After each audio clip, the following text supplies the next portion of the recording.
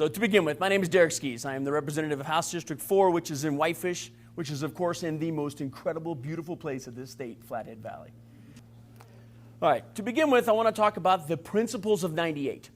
In the legislative session, I learned that there's a word that scares Montanans, and that word is nullification. And so I'm not supposed to use that word because I don't want to scare people. And it's unfortunate that our press, which is something that John Birch Society knows infinitely well, is great at steering public opinion through ignorance. And so I'm not going to use that word. So I dug a little deeper. The word I want to use is the principles of 98.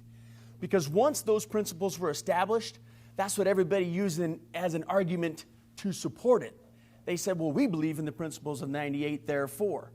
Or we think that we agree with Madison and Jefferson, and we agree with the 98 principles. And so I'm going to refer to this entirely in that way. First, before we begin any kind of presentation, I need to sway your opinion. I need to bring you around, although I think a lot of you are probably similar in mindset to me, so it probably won't be that difficult. But there's some basic assumptions that we need to have. The first assumption is that the Supreme Court is fallible.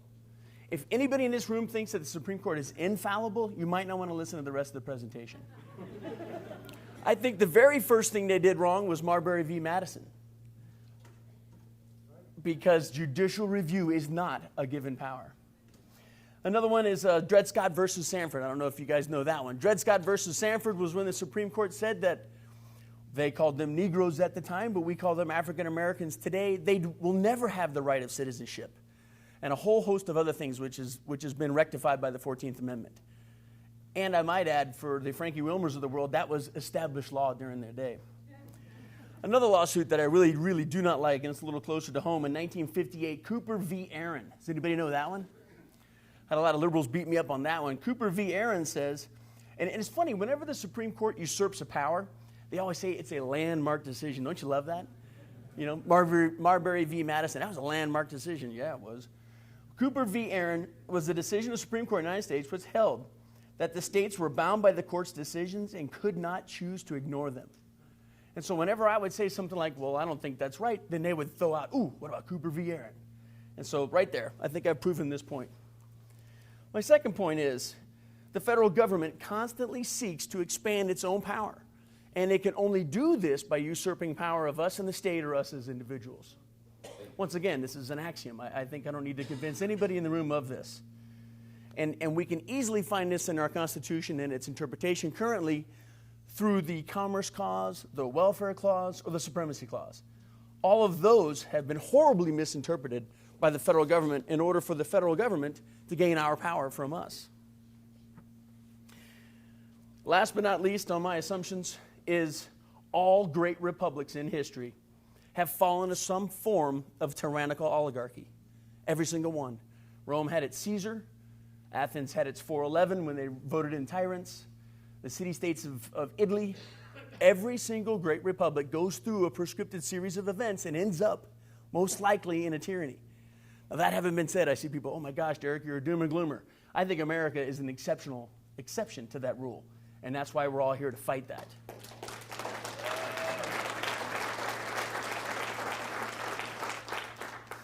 Before I dive into the rest of the assumptions, I just want to say, I don't know if anybody listens to the Voices of Montana, and if you don't, you should. It's a really good radio station. The individuals behind that show are definitely in our camp. There's a young man named Thomas Woods, Dr. Thomas Woods. He's a professor. Has anybody read this book? Oh, this book is awesome. There's only 2 left outside, so if 2 people get up and sneak out real quick, I understand exactly why you're doing that. This book is called Nullification, How to Resist Federal Tyranny in the 21st Century. And since I like Dr. Woods so much, I'm going to set that right there. What he does is he sets a case for nullification, and that's basically what I'm doing, but I don't want to use the N-word. And I was quoting him, by the way. But he gives 11 federal documents that prove nullification beyond a point of fact. And so it's a phenomenal tool. So at the end of this, if you want to go home and do some homework, that's where you should go. All right, let's look at some historical support. This is where I differ from some of the other individuals that support nullification, is I'm tying it to what we call the lesser magistrate doctrine. Has anybody heard of this? It was pushed originally by some Calvinists, and one of them was the guy that's quoted there, John Knox, and he wrote an appellation written to the nobles of Scotland in 1558. Basically, the lesser magistrate appeal is, Now, a lesser magistrate versus a greater magistrate. Let's explain that. Montana is a lesser magistrate. The federal government is a greater magistrate. So that's the scheme there. Montana is a greater magistrate. We are a lesser magistrate. Or actually, there would be probably counties and then municipalities and then us. So you understand the hierarchies of lesser to greater magistrates. And so what they said was it was the duty of a lesser magistrate when something happened or a law occurred or an edict came down from the greater magistrate that was onerous or against the law or against common law or against the Constitution. And therefore, the majority of the lesser magistrates knew that something was wrong with this. But they didn't legally have the right to tell the greater magistrate that's wrong. Now, there's usually a prescriptive course, but sometimes that doesn't happen when the greater magistrate really doesn't care what you think. And so let's read this quote. What happened to him was it was in the Reformation, and so there was a battle between the Protestants and the Catholics burned him in effigy, and he was afraid they were going to kill him. So he appealed to the lords, the Scottish lords. And he said, "You are bound to correct and repress whatsoever you know of him, the higher magistrate, to attempt expressly repugning to God's word, honor, glory, or what you shall espy him to do against his subjects, great or small." In other words, it's God that says that we are his children, and therefore we need protection from something that's done on high, and that's the moral basis for it. You won't find this in a Supreme Court document. The very first document that really showed this lesser magistrate was the Magna Carta. And I know you hardcore history folks will say, "No, Derek, that was June 15th. That was actually when they put together the articles, and they finally got John to sign it on the 19th, so I used the 19th. For those of us that don't know, and I understand why, because a lot of us went to public school, the Magna Carta was a document that many barons, they forced John to sign. Now, John was the King of England, and he was putting down a tax to support a whole series of wars he was going to go fight and try and get his birthright back in France. The barons said, "We're taxed enough." Isn't it funny how history repeats itself? The barons said, "We're taxed enough," and so they gathered up their forces, and they forced John to sign this document. Now, what's important about this document is it gave freemen rights. And it was neat because they argued it didn't give it to the nobles. They used the word freemen. Now, unfortunately, back in the day, there was a small percentage of folks that were actually freemen. But the fact that it used the word freeman and then it articulated the rights that we are guaranteed as freemen to have by our Creator, that was the basis for English common law that gave us rights given to us by our Creator. So the Magna Carta is an incredible document. And I bet you didn't know it was also an appeal of the lesser magistrate to the greater magistrate. Let's continue on down through time. We get into Queen Elizabeth's reign. This is the 16th century. And there was a guy, his name was Sir Edward Coke. Like it says here, he was the Attorney General for the Queen, and he was also the Chief Justice under the reign of James, her successor. He used the Magna Carta as a weapon against the oppressive tactics of the Stuart kings. Now, the reason he's important is because up until this point, it had been, 200-300 years, and it had become obscure. It hasn't really been referenced. Every king didn't want it to be remembered. And so as time went by, the Magna Carta kind of faded in importance. So Sir Edward Coke brought it back up. Now, the beautiful thing about that is him bringing it back up made the colonists learn about it. Because the colonists had a whole different setup when they came to America. They were separate from the old Europe. And they were allowed to do a lot of self-governance. And so in finding out how to govern self, they researched ways to do that, and they referred to the Magna Carta. And in finding out the Magna Carta, they quoted Sir Edward Coke. Let's go to another document that is an appeal of the lesser magistrate to the greater magistrate. Does anybody know this one? Heard about it. This one was the last straw document. How many times did we try to get King George to do what we wanted before this document? I mean, Ben Franklin was there as an agent of multiple colonies. They were trying to get the king to ease Parliament's taxation of the colony to pay for the 7 Years' War. And they had no real authority to do it because they had no representation in Parliament to achieve it. So therefore, all they could do was appeal to the greater magistrate. And so after appeal, after appeal, after appeal, they finally said, well, guess what? We'll go to a declaration. And so this is the final straw in appeals from a lesser to a greater magistrate. Now we come to another stage in the Principles of 98 argument. what I've drawn a conclusion to for us is to show where the appeal of the lesser to the greater magistrate shows that we have a voice that is stronger than the voice that's theoretically above us. And that is the Kentucky and Virginia resolutions of 1798. There were two different positions. Jefferson basically used the N-word, nullification. He said that an individual state had the authority to say a law was unconstitutional. That was pretty aggressive. And a lot of writers from that point on have said that's kind of dangerous because if just one state could do it legally, according to the Supreme Court, according to the Constitution, that would lead to anarchy. So Madison, who was a wise man as well, he asserted that states are duty-bound to interpose. So he coined a phrase called interposition. So we have the N-word, and then we have the I-word, interposition. He said a deliberate, palpable, and dangerous unconstitutional action by the federal government. That's what Madison said. So if we study what interposition really means, interposition, what Madison said was, one state doesn't have the authority because one state didn't sign the Constitution. All colonies signed the Constitution. So therefore, all states are signatories to the Constitution. So one doesn't have the authority, but a bunch do. And so that's what interposition was. And this was his Virginia resolution. The resolution derives the asserted right of interposing for arresting the progress of usurpations by the federal government from the fact that its powers were limited to the grant made by the states, a grant certainly not made by a single party to the grant, but by the parties to the compact containing that grant. The mode of their interposition in extraordinary cases is left by the resolution to the parties themselves, as the mode of interposition lies with the parties to other constitutions, in the event of usurpations of power not remediable under the forms and by the means provided by the Constitution. So a long word short is he's saying, okay, how do you fix the Constitution if you don't like it? You amend it, right? We have a process for that. That's really the only way the Constitution is a living, breathing document is through the amendment process. But if we have a judiciary who's complicit with a legislature, who's complicit with an executive branch, and all three of them together are interpreting the Constitution incorrectly, where does that leave us? How are we ever going to get that fixed? Exactly. Nullification, interposition.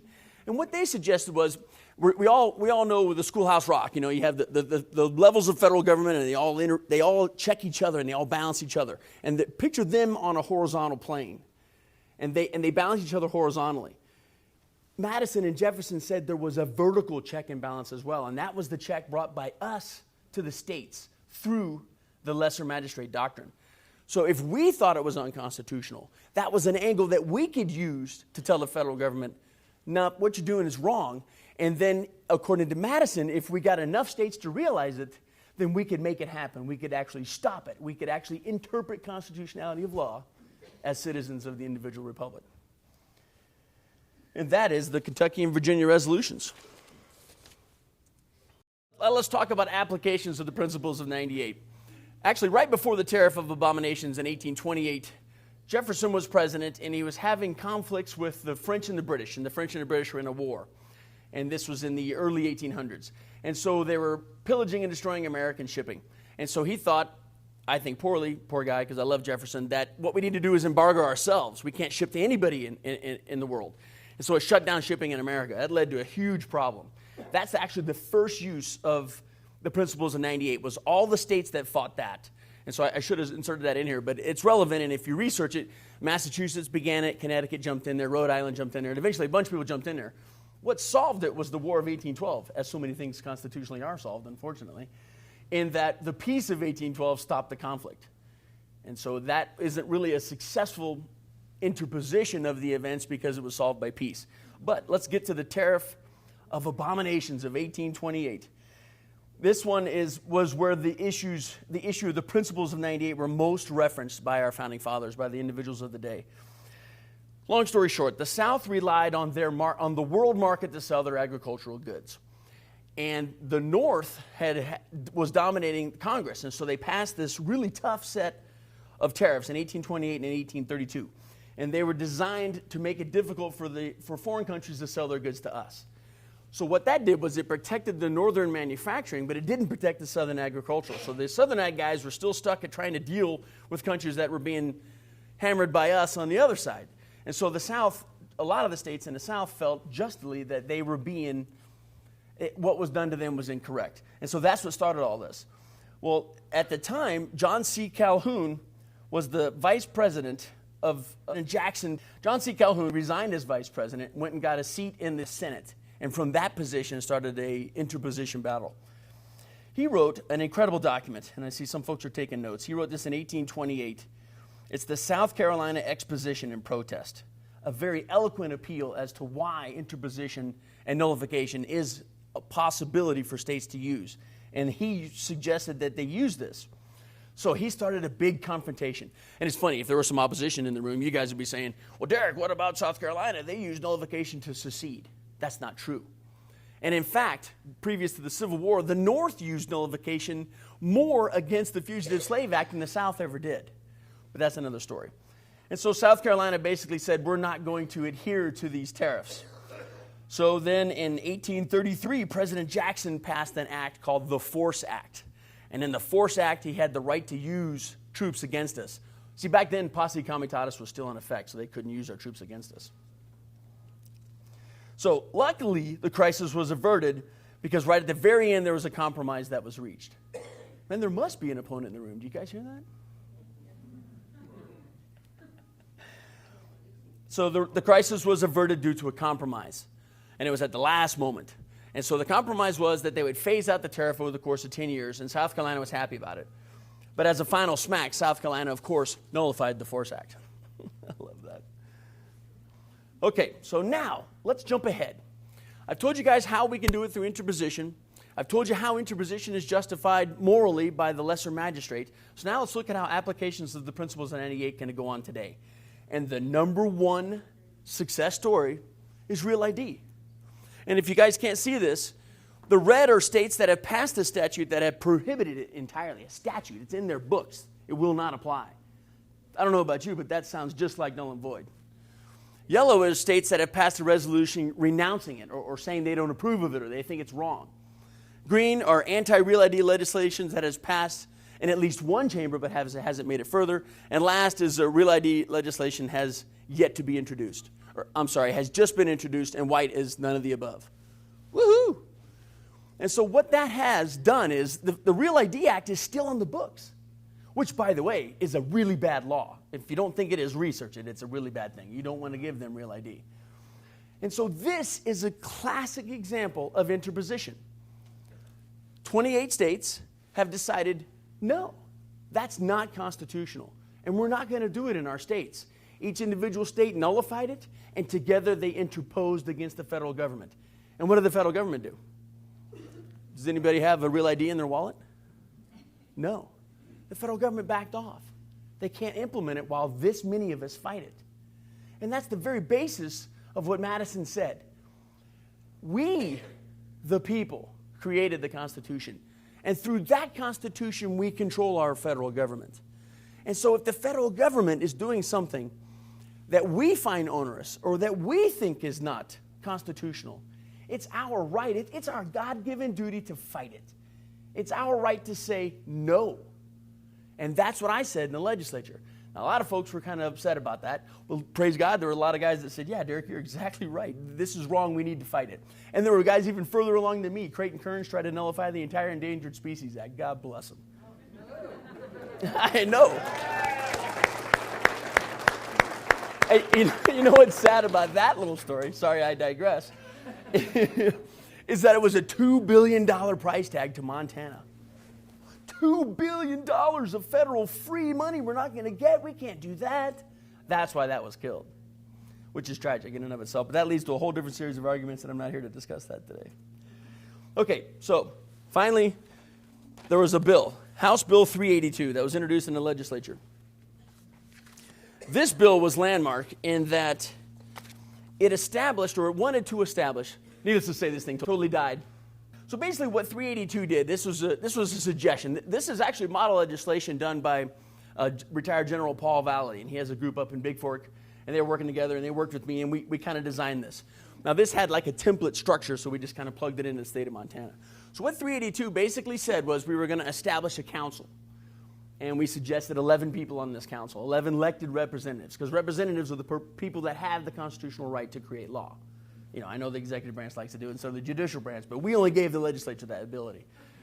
And so the bill said, What we'll do then is we'll create alliances with states. And so we'll start an 11-man council in Montana, and then what that group will do is we'll intercept laws coming into Montana. Now, there's a million laws coming down the pike to Montana, but we're all smart. There's a handful that are really going to mess us up, like cap and tax or cap and trade, if you want to call it that. That's a horrible bill, a horrible idea, and it's dying on the floor of the Congress, but it's being implemented right now according to administrative rule. You're going to be under that law, and it's not a law done by the federal government. It's not a law created by the legislature. What it does is it creates an 11-man function, and those guys are designed to take a look at laws coming down. Like my original idea was to go after that cap and tax. So we see that law coming. So we're saying, okay, how is this going to affect Montana? Let's get the PSC. Let's take a look at it. Let's analyze these 11 folks. If we determine that law is going to damage Montana or hurt our ability to have income or damage our schools or do anything wrong that would hurt Montanan citizens or be contrary to what we think is the Constitution or contrary to what we think Montana's Constitution is, then we're going to recommend to the legislature that we nullify it. And so that was what we proposed. And it would work because it's nullification according to Jefferson and it's interposition according to Madison. Because then once we decide, hey, the cap and tax is wrong, then I'm going to call my buddies over in Idaho. Hey, you guys got your committee going? Yeah, would you guys look at this law? Oh my gosh, that's horrible. Great. I call my buddy over in North Dakota, South Dakota, Wyoming, Utah. What happens? Real ID. It dies. That's how this is successful. And so many folks, when we were over there, they were fighting us hardcore on every angle they could to make this fringe, kook, unconstitutional, unsupportable. It puts us on the fringe. It leads to sedition. It leads to secession. All those things are incorrect.